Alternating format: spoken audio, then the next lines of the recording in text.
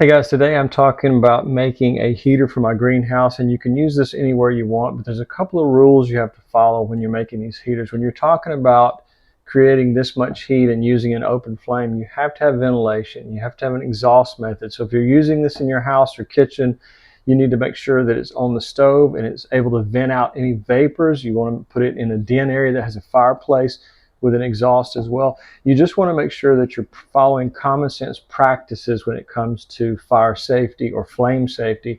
Another thing is the absolute most important is you want to make sure that you have a smoke detector and a carbon monoxide detector. The one I highly recommend is actually connected to the Simply Safe system. It alerts me on my phone if there's ever any carbon monoxide or smoke detected. So I would highly recommend that. I'll put a link in the description of one of those, but I'm going to put this together really quickly. There's two different things I have here. I have this galvanized extra large lidded bucket, and I have this stock pot that I found at my local Salvation Army or store where you donate things and you can get them used. So usually you can find this kind of stuff used at those type of places, thrift stores and things like that. So this is our two main methods for our extra large heater. Now, one of the components to this type of heater is dry sand, and it's really important that it's dry because it's a lot easier to work with and you don't want a lot of moisture in it evaporating into your space once you get the heater going. But this is going to act as a heat reservoir, and if you've ever been camping and you had a campfire and only a sleeping bag, you'll know that heating up rocks next to a campfire and putting them in your sleeping bag will keep you warm all night long. Those rocks will slowly release heat over time. So what we're using the sand for is to capture heat and to slowly release it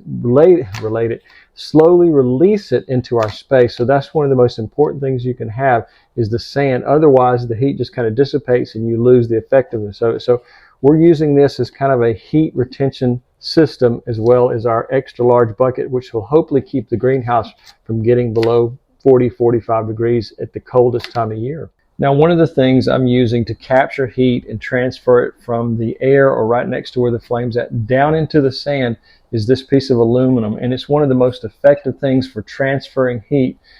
And it's one of those things that's not terribly expensive. I purchased this from my local hardware store, and it's one of the best things you can use to make this type of system. So just remember, you're going to need a piece of aluminum. Stainless steel can transfer heat, but it doesn't transfer it as effectively as aluminum does. So depending on what size container you have, the bigger the better because you want as much sand in it as possible. You could even go up to the size of a galvanized trash can. I just happen to have this lidded container in the greenhouse, and I found a really good use for it, which is making this heater. So the first thing we're going to do is we're going to put our piece of aluminum into our galvanized bucket. Now the great thing about this bucket, it did come with a lid. As you can see, this bucket is kind of flared out from the bottom. The stock pot goes all the way up straight from the sides, and that's why you have this flare out of the aluminum. So we need something to bring this in, and also that will help with another device I have that I'm going to show you in just a bit that will help circulate the air around my greenhouse. Now next we're going to fill our vessel with sand.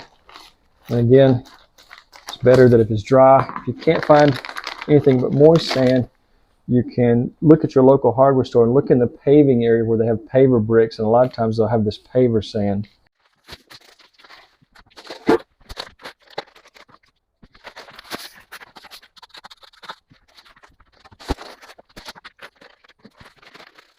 Now this is the lid from the galvanized bucket. We're going to use that to kind of capture a little bit of heat, more heat, and be able to reflect it back out, as well as capturing it and moving it down to our sand base. There's three different things I'm going to talk about, three different fuel types I'm going to talk about using inside of this heater. And again, remember, safety is the most important thing we can talk about here, is just making sure that you have the proper detection equipment, ventilation, and exhaust. Extremely important for all of that to know before you build anything like this. So make sure you have all of that in a complete understanding before you put something like this together. And again, I'm using this in my greenhouse. I'm not using this in a living area. But if you did, you could try to put it inside of a fireplace or in a smaller container on a stove where it could exhaust some of the vapors outside, fumes and things like that very easily, as compared to in an area that's not ventilated and doesn't have an exhaust. So the first fuel type I'm going to talk about is just plain Crisco vegetable shortening, and this makes an excellent candle. There's a lot of information on the internet that will teach you how to make Crisco candles, and they can burn literally for over a month. So we're talking about 30 to 40 days burn time on this size candle. But what I can do, and what I've done in the past, I've made smaller candles out of mason jars, and I line them around the outer edges of this and lean them towards the piece of aluminum we have, so the aluminum gets this maximum heat from the flame, and it pushes it down into the sand, and it helps it slowly radiate throughout the room. So you're capturing a little bit of heat in the sand and not letting it just dissipate into the air. So I would say 5 or 6 of these candles around the edge with the Crisco candle makeup you can probably make out of one can.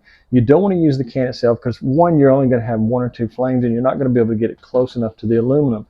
The other thing is these cans, even though they have a metal bottom, they're basically paper or plastic now. They're not all metal as they once were. So that's one thing to remember, is that you want to slowly melt this.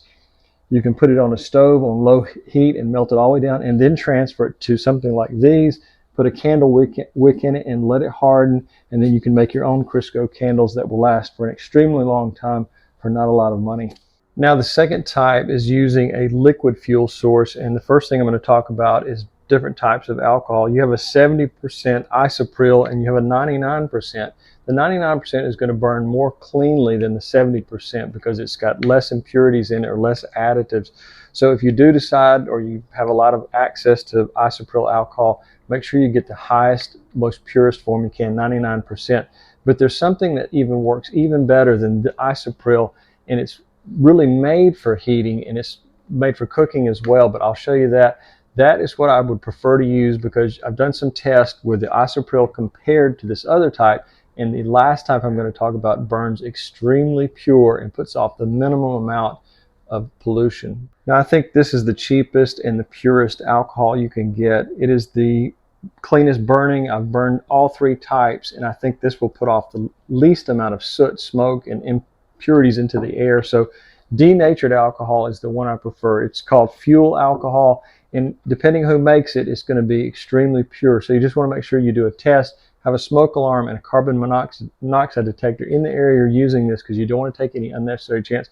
But I'm going to show you how to use this or the other 2 rubbing alcohols, isopropyl alcohols, in this device we're setting up today. Now I'm going to give you a quick explanation of what you're looking at. You're looking at first a stainless steel mesh that I've used previously, and it's still slightly warm. I was doing some tests earlier, and just some regular food cans. And also this is a stainless steel kitchen utensil holder, and this is a stainless steel container. These are actually made to store things like food products, but can't use the top because there's some plastic on it, so we can't have that anywhere near a flame because that will ignite. But the stainless steel portion is exactly what we need. Now this black product is carbon felt. It's our wick system, and it will not burn up. It will last virtually forever. So we've wrapped that on the inside, or the exterior of the can we're using. We're going to place that back into our container. Then we're going to put our kitchen utensil on top of it like this. If I can get that on there, a little bit tricky, and just kind of put it where you have a little bit of a gap there so you can have the flame really working well. But what we're going to do is, and I haven't filled it yet, we're going to fill this with denatured alcohol. If you'll notice, there's a hole in the top of the underside can here, and that's our filling hole right there. You can cover that up so the flame comes out around the sides and heats up this stainless steel mesh and works really well inside of our large container or our mid-sized container. Now to refill our fuel canister, I've taken this plastic funnel, I've taken the top off the utensil holder, and I'm using a copper pot that I can carefully put the denatured alcohol back in very slowly and not in a hurry. So we're going to run our first test, and I'll show you how well this works. I'm going to carefully put this back on top.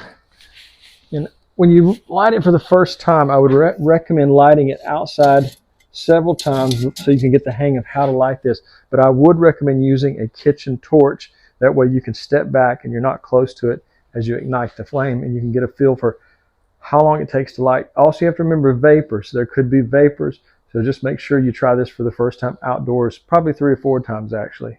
All right, I brought it out into the garden. I just want to show you how to light it. Make sure you're standing away from it, and just make sure that your kitchen torch quickly to it and away.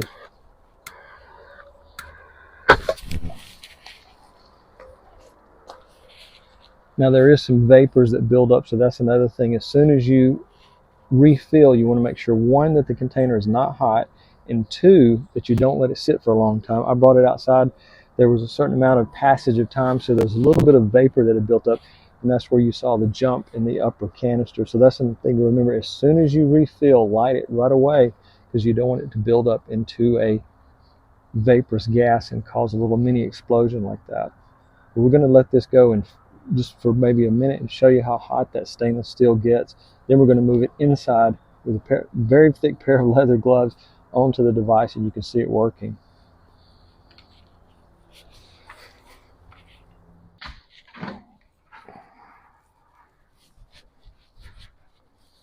And it's hard to tell, but the flame is there. But this denatured alcohol burns so purely, you don't see much of a flame. If you're using rubbing alcohol, isopropyl alcohol, you're going to see a lot of yellow flame going on there.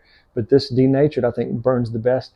I think putting 3 of these inside of this container at the same time would really produce a lot of heat. It would capture it in the sand overnight and slowly release it. That's not going to burn like the Crisco candles will burn for quite a long time because it is just a candle, but this will burn up the fuel a little bit quicker. So I'm thinking between 10 and 12 hours maximum on a larger size container, maybe twice the size of these, but this one right here, 4 to 6 hours at best. Now I switched up to the 70% alcohol, and you can see there's a huge difference in flame. So the denatured alcohol burns so much cleaner. I would always recommend going with that one if you can get access to it. And it's usually at most hardware stores. It's not hard to find, and sometimes you can even have it delivered from various online websites. But since it is flammable, it may be a little bit harder to get delivered to you. So it's one of those things you may have to pick up. Now, another thing I wanted to mention is these heat-powered fans. You see these around a lot of fireplaces in people's home, and it helps circulate the air. But the top of the lidded galvanized can has gotten so hot, it's actually powering this fan, so that can help with circulation, especially in a greenhouse where you want to move the heat around quite a bit. That's really one of those things to get. I'll put a link in the description to one of these little fans, but they work great.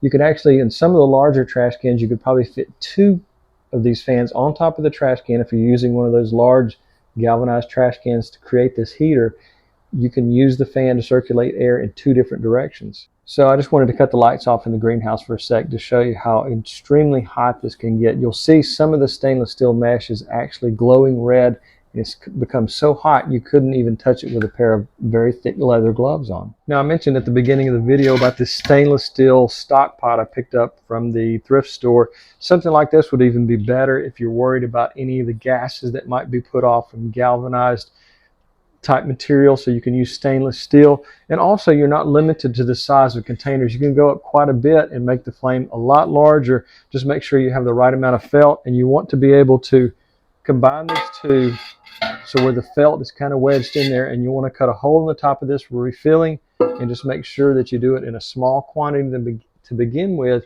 and make sure that you don't let it just sit there and allow the vapors to go. So you want to light it right away once you fill it. You don't want there to be a long period of time between filling and then lighting. Now I brought our fuel canister outside because it was already very hot, and I didn't want to reignite it inside the greenhouse, so I just set it out here, refilled it with some of the denatured alcohol, and you can see I think it burns hotter and it burns a lot more pure. You see a lot more blue in the flame, and eventually it will die down to a very low blue flame. I just ignited it, so you may be seeing a little bit of impurities inside of the carbon felt, but that will eventually burn off, and you'll just see a nice blue flame with a red glowing stainless steel cage putting off massive amounts of heat.